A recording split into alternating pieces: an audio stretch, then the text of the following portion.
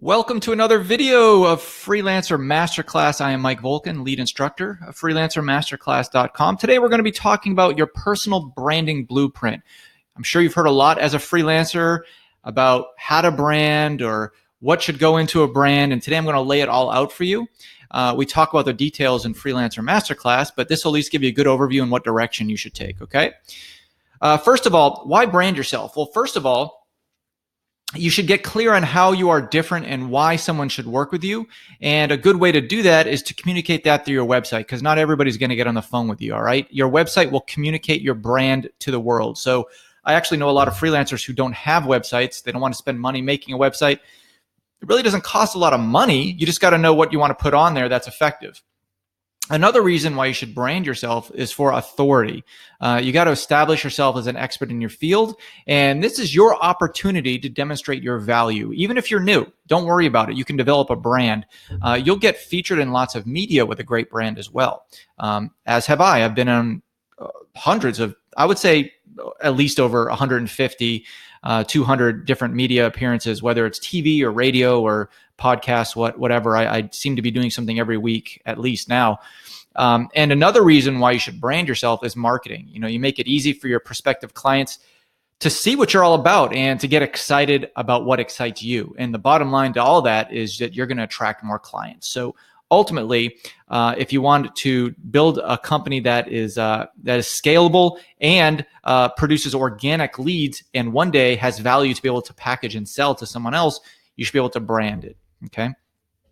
Now, building a strong foundation is the first thing that you should do to brand yourself. So what goes into that? Well, number one, your skills and credentials. What skills have you acquired throughout your life? What training, what credentials, what certifications, or awards have you received? You have to let people know about that. And it doesn't mean you have to brag and hold up all your trophies over your head and say, look at me, I'm really good.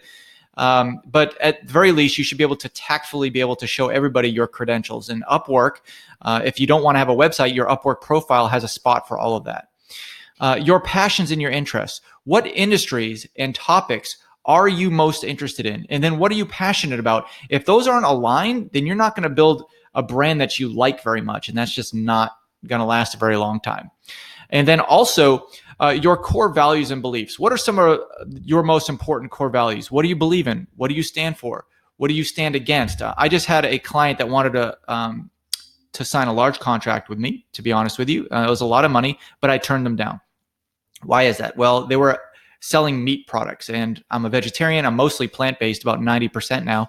But by and large, I'm a vegetarian. I love, working and giving money and time to animal rights charities.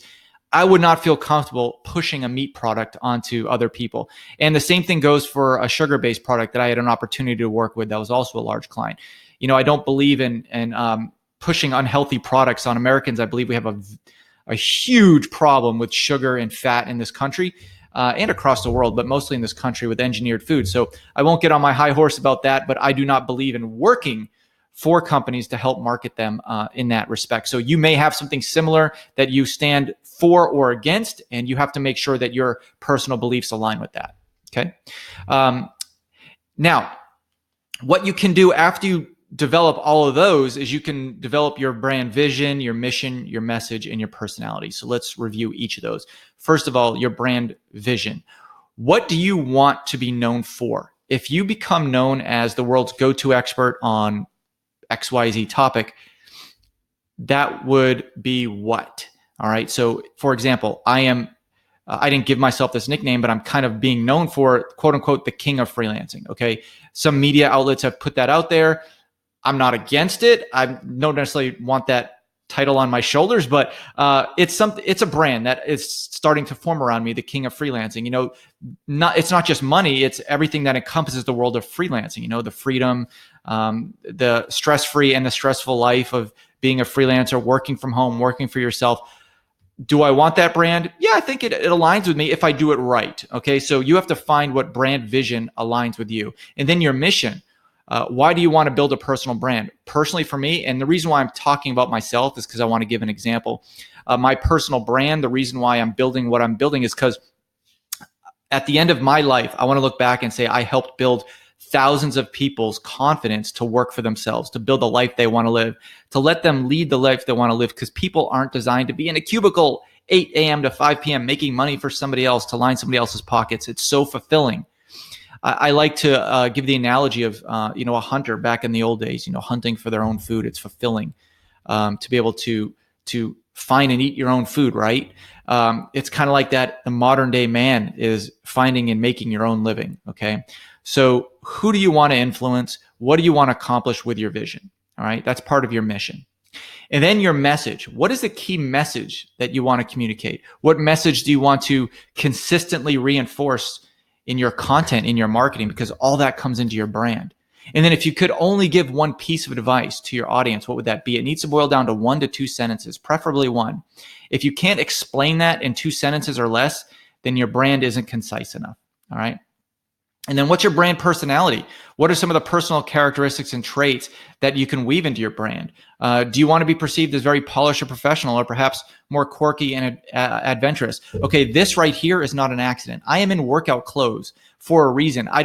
Sometimes I'm in a sport coat. Sometimes when I do these videos, it's informal. I'm in an active wear. I do that for a reason. Okay. There's a calculation behind that. It's not because I'm lazy and I don't want to change into a sport coat. It's because I am a freelancer. I want to show you that this is my day. This is what I do. I'm dressed in workout clothes. This is what a freelancer should be doing with their day. All right. That's part of the encompass. This is part of the embodiment of what a freelancer is. All right. It's being able to wear whatever you want, no commute, no specific hours, no particular boss, no set income, right? So it's all about the personality of the brand that I want to exude. And then once you have all that, you just have to simply choose your target audience. And this is surprisingly difficult, but it really doesn't have to be. So I've had a freelancer that was stuck on this for 3 years. They just continued to accept anything that they can come on them because they were scared to choose a target audience. And this is a common question I get is, Mike, if I narrow my niche, ain't I kind of like refusing work? I don't want to refuse work. One of the biggest mistakes you can do is build a personal brand that's trying to appeal to everyone, because when you do that, you appeal to no one. You're not really separating yourself out. And I have here, in reality, not everyone is your ideal client, and that's absolutely true. So you got to think of yourself as narrowing down your target audience in terms of your demographic, in terms of your desires and aspirations, and then in terms of the pain points and challenges that you can solve for your clients. And then really, once you have your target niche, your great story that you're going to develop is going to fall into place. It's a story that hooks people on you and why you do what you do. And if you followed me, you know what I do. I just explained at the beginning of the video that I want to help others lead the life that I'm leading, that I love so much, that gives me purpose and fulfillment. That is a story. And I talk in Freelancer Masterclass about the different types of stories and how you can develop your own. But just know that you should have a story that really hooks people and gets people to want to work with you. Okay. And please don't make it up. I had a freelancer do that, and a prospect called him out on this because their story didn't make sense and didn't align. And it fell apart. His whole brand fell apart on him. So whatever you do in terms of a story or a brand, it absolutely has to make sense, be honest, and align with you. Okay. Whoops. Let me pause this. Okay, sorry about that. I closed out the presentation by accident, but I'm back. And then once you have that story, you can create a crazy good offer. I mean, bring them into your network with an offer they can't refuse. And I'm not saying give away your services for free, but what you're doing is when you have that targeted niche and you have your brand, you're super aligned on that ideal client you brought in. You now have an offer that they can't refuse. You are now that one person that has spoken their language, that can solve the problems that they have. So now all you need is a hook. Now, typically, I don't see this as a discount of my services, but I offer everyone a free half-hour consultation. An hour is too long, but a half-an-hour consultation that is more than just an open conversation. I'm providing them something with value. I'm providing them some quick hits and solutions that they can take away from that and make improvements to their business. And it's something I've been doing for years, and it gets people really hooked. Wow, this guy, Mike, really knows what he's talking about. I want him to help me further. And it's free, okay?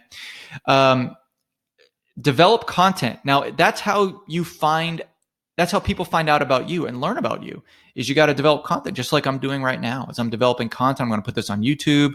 I'm going to put this on slideshare.net. I may repurpose this on Facebook, whatever the case. But the more content I put out, the more people are going to find me and hopefully be interested in more stuff that I have to say, right? So you should have a content plan in place. It doesn't have to be anything spectacular. I mean, I have a spreadsheet with just a list of titles that I want to talk about. And anytime something comes in my head, or I see a question maybe on Quora or on Reddit that maybe I want to answer, I'll add it to my content list. Okay. And that's it. Please go ahead and take all of these, but do these in order, please. Okay. So if I'm going back to the beginning, the first slide is, other than the, what's the purpose of a brand, is building a strong foundation. You have to start with these, because if you skip steps, you're going to mess up your whole brand. Okay. So take it step by step, really give it some thought. And this isn't something we have to take a week off and think about. Okay. Schedule 30 minutes a day on your calendar for the next month to go through the steps that I outlined in this video, and you will accomplish a personal brand that you're going to be able to develop and build over time. Okay. Good luck.